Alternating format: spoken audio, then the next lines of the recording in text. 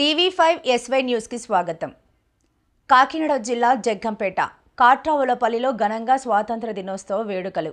కాట్రావులపల్లి కాకినాడ జిల్లా జగ్గంపేట మండలం కాట్రావులపల్లి గ్రామంలో ఎన్ఆర్ఐ కల్లేపల్లి రాజేష్ యువసేన ఆధ్వర్యంలో 48వ స్వాతంత్ర దినోత్సవ వేడుకలు ఘనంగా నిర్వహించారు.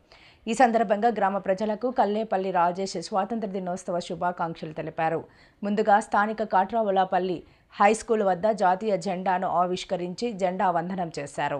అనంతరం పెట్రోల్ బంక్ పక్కన ఉన్న అమృత రెస్టారెంట్ వద్ద కూడా జాతీయ జెండాకు వందనం నిర్వహించారు. స్వాతంత్ర దినోత్సవాన్ని పురస్కరించుకొని గ్రామంలోని వృద్ధులు వితంతువులకు చీరలను పంపిణీ చేశారు. ఈ సందర్భంగా కల్లేపల్లి రాజేష్ మాట్లాడుతూ దేశంలోని ప్రతి పౌరుడు దేశ అభివృద్ధి కోసం పాటుపడాలని, దేశభక్తితో మెలగాలని పిలుపునిచ్చారు.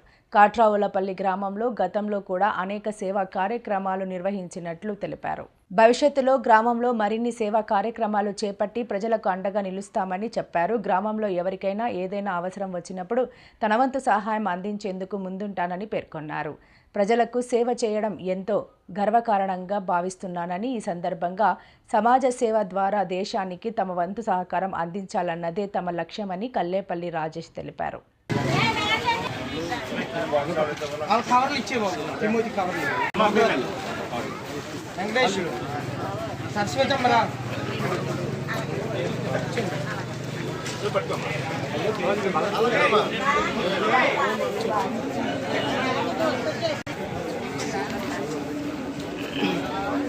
పాప మాస బేబీ రోజుల పాప ముల్లెపల్లి పాప ఎప్పుడైనా కావాలంటే డౌన్లోడ్ చేసుకొచ్చాను పాపలు పోకనే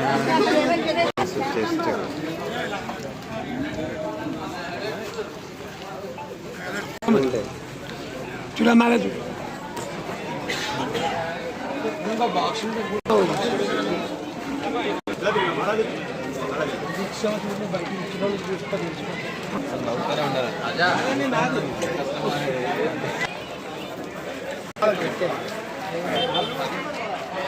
ముందుగా దేశ ప్రజలందరికీ 80వ స్వతంత్ర దినోత్సవ శుభాకాంక్షలు అండి. ఈ స్వతంత్రం మనకి ఎంతోమంది త్యాగ ఫలితమే ఈరోజు మనందరం స్వతంత్రం చేసుకోగలుగుతున్నాము. అందరూ కష్టపడి మనకి స్వతంత్రం తెచ్చిన దాన్ని మనం ఇంకా ముందుకి చాలా నిజాయితీగా బాధ్యతతో ముందుకు తీసుకెళ్లాలని కోరుకుంటున్నాను. పిల్లలు అందరూ బాగా చదువుకోవాలి, చదువుకుని దేశాన్ని అభివృద్ధి చేయడానికి ముందుకు సాగాలి. దానికి నా వంతు సాయంగా మా ఊర్లో కానీ మా చుట్టుపక్కల ప్రాంతాల్లో కానీ నాకు ఎంత కుదిరితే అంతవరకు సాయం చేసి పిల్లల్ని చదివించి అందరినీ మన దేశాన్ని ముందుకు తీసుకెళ్ళడానికి సహాయపడతానండి. జై హింద్. చదువుకుని వెళ్ళిన తర్వాత అందరూ మన గ్రామాన్ని కూడా ఒక మన తల్లిలా ఆలోచించుకోవాలి. మన గ్రామంలో మంచి సేవా కార్యక్రమాలు చేయాలి. మనం ఎదగడమే కాకుండా మన గ్రామంలో మనతో పాటు తోటి విద్యార్థులు కానీ లేకపోతే తోటి మిత్రులు కానీ అందరూ ఎదగాలని కోరుకోవాలి. సో మన గ్రామం బాగుపడిందంటే పక్క గ్రామాలు అలానే పెరుగుతాయి, బాగుంటాయి. మన దేశం కూడా బాగుంటుంది. ఎక్కడైనా దేశం మొత్తం బాగుండాలంటే గ్రామం నుంచే మొదలవుతుంది. ఏదన్నా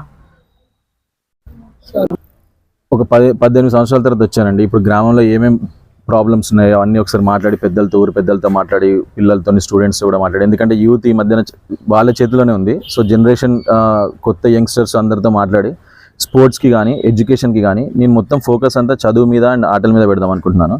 మన ఊరి నుంచి కూడా రేపు దేశానికి ఎవరొకరు ఆడాలి, మనం కూడా ఒలింపిక్స్లో మెడల్స్ కొట్టాలి. నాకు ఒక డ్రీమ్ ఏంటి అంటే నా కళ మాత్రం కాట్రావులపల్లి నుంచి, ఇదే ఊరు నుంచి ఇప్పుడు ఒక్కడు కాదు ఇలాంటి వాళ్ళు చాలామంది రావాలి.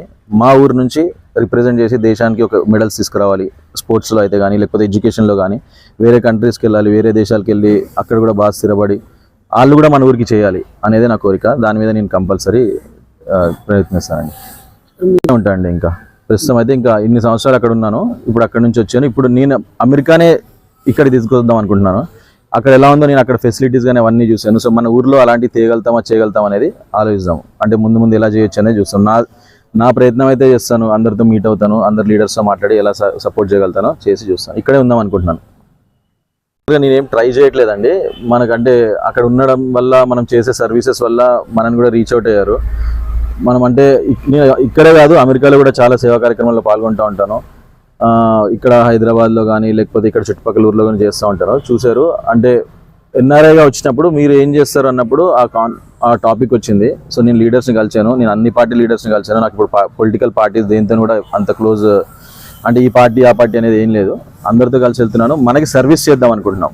సో అది ఎలా అయితే దారి తీసేది చూద్దాం. మనం అయితే సేవ చేద్దాం, కానీ పాలిటిక్స్లో లేనిది సేవ కూడా చేయలేమండి.